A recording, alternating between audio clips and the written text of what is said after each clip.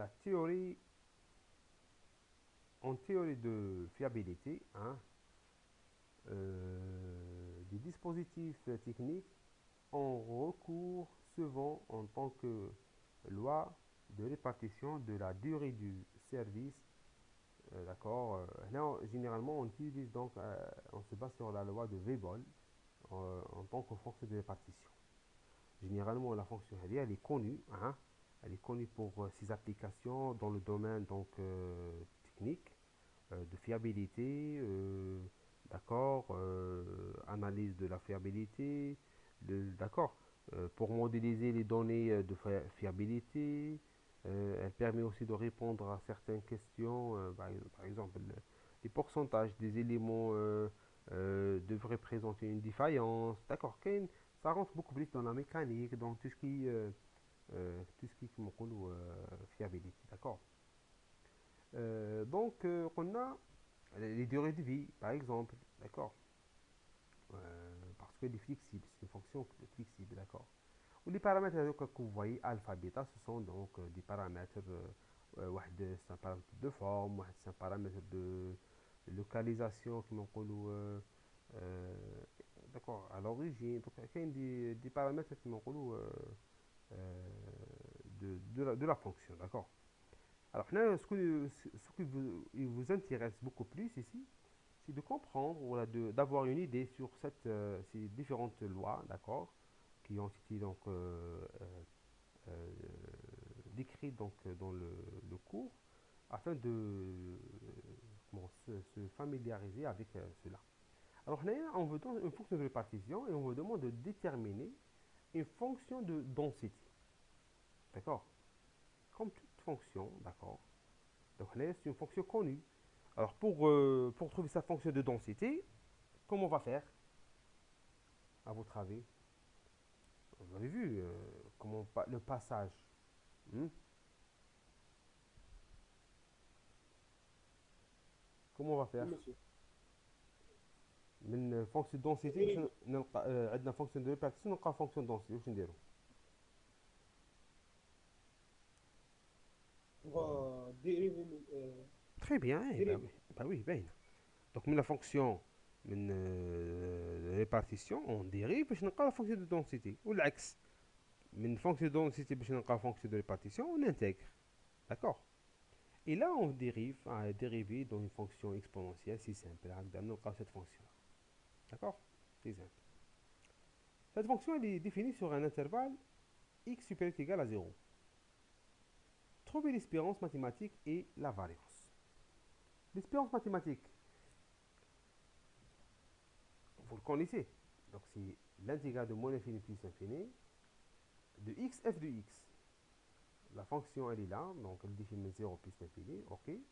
X il est là, f de x il est là, la fonction. Alors maintenant, pour trouver le détail de cette fonction-là, qu'est-ce qu'on doit faire? On doit là l'intégrer, d'accord. L'intégrale qui a plusieurs parties, mais la fonction elle est difficile à intégrer. Donc on doit se permettre à une certaine comparaison qu'on va utiliser, c'est la fonction gamma. Gamma c'est une fonction, c'est l'intégrale de y. Toute forme de cette forme-là, y t puissance t moins 1 fois exponentielle de moins y dy, donc c'est une fonction gamma. Ou gamma c'est une fonction constante, hein, de la valeur que vous voyez ici. Alors là, on va prendre l'exemple là. Bon, on peut faire par partie, mais c'est difficile aussi, hein, d'accord, parce que tu dois prendre par partie. Regardez là, c'est puissance alpha. Donc à chaque fois, donc, vous aurez à obtenir x moins alpha, x moins alpha moins 1, etc. C'est difficile. Donc là, on va prendre changement de variable, d'accord, ce qui est généralement réalisé. Donc on va prendre l'exponentielle que vous voyez, c'est similaire à ce qui est noté ici. Je vais appeler y quoi bêta x puissance alpha. Ah, il est là. D'accord. Y est égal à ça. Ah, je vais le remplacer ici. Donc le x il va disparaître. D'accord. Donc le tx, je dois le changer aussi. Donc avant de changer, donc je dois tirer le x. D'accord. Le x il est là. En fonction de bêta et y. D'accord. je dois dériver ça, dx, donc je dérive voilà, le plus normalement possible, d'accord, dx est une constante, le 1 sur alpha il descend, y, donc il est 1 sur alpha moins 1, dy. Je réarrange l'équation, elle devient comme ça, dx, d'accord. Et maintenant, je remplace, hein, tout simplement, je remplace dans la fonction e de x, le remplacement de la fonction de x carré. Je remplace dx ici, je remplace y ici, la puissance, donc afin de simplifier donc tout le traitement que j'ai ici. Donc là, vous voyez, x fois x puissance alpha moins 1, elle devient quoi? Elle devient x puissance alpha, hein, en rouge. Donc j'ai dissocié donc l'exponent moins 1 à x. Qu'est-ce que j'ai fait là? J'ai remplacé donc la puissance que vous voyez en vert, elle est bêta x puissance alpha par y. Il y a un paramètre alpha fois, c'est pas alpha, non, bêta fois x puissance alpha, donc c'est y aussi, d'accord. Et après, je remplace dx par sa valeur qui est là, d'accord. Tout ce qui est constant, je vais le mettre à gauche. Donc, je peux simplifier alpha ma alpha, que vous voyez ici. Le bêta hada, donc je vais le faire sortir de l'extérieur, c'est une constante. Qu'est-ce qu'il me reste au final? Y puissance 1 sur alpha, d'accord. Le y hada le y, donc je vais les sommer, fois puissance e moins y, d'accord. Donc il me reste ce qu'on appelle l'intégrale. L'intégrale, je vais la comparer avec quoi? La fonction gamma qui est là. Regarde, c'est égal à la fonction gamma, hein, presque. Mais avec un changement de paramètre, hein. T puissance moins 1, donc est égal à 1 sur alpha. D'accord. Donc le t est égal à quoi? 1 plus 1 sur alpha. Et donc, c'est quoi? L'intégrale qui est là, dans ma fonction là, est égal gamma de 1 sur alpha, d'accord, plus 1, c'est t, hein. Là où elle est t, d'accord. Et donc, au final, e de x est égal, l'intégrale verte, c'est quoi? C'est gamma 1 plus 1 sur alpha, plus fois bêta fois 1 sur alpha. D'accord. Alpha et bêta, ce sont des valeurs, hein, ce sont des paramètres. D'accord. Et au final, je dois trouver l'espérance que je cherchais. C'est bon, cette explication-là? C'est rapide, mais elle est claire, normalement. Pas de grande... D'accord. C'est question de connaître un petit peu le changement de variable et tout. D'accord. La même chose, donc je dois le faire pour la variance. La variance, je me base sur le formulaire de Coring, là, que vous voyez.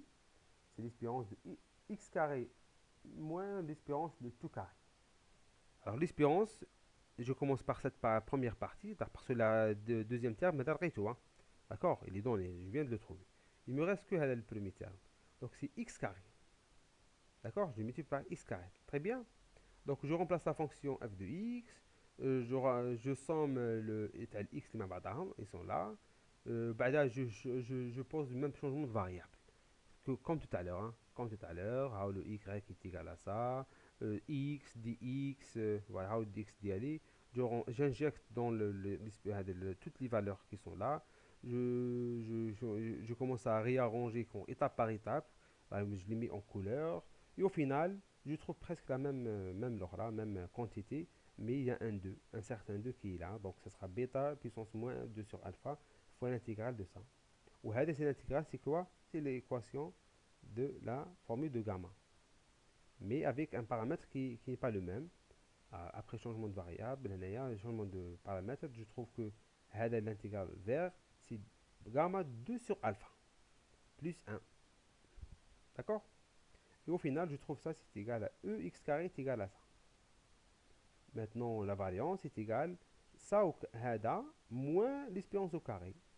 Au carré, donc on a tous les deux. Vous voyez, je peux tirer donc le facteur gamma bêta puissance 2 sur alpha, racine alpha, fois le paramètre. Vous voyez, donc pour la fonction hadith, comment ça se calcule l'espérance et la variance. Donc juste pour... Ils sont connus, mais juste pour des élèves comme vous, ingénieurs, ils doivent connaître au moins d'où viennent les valeurs. D'accord?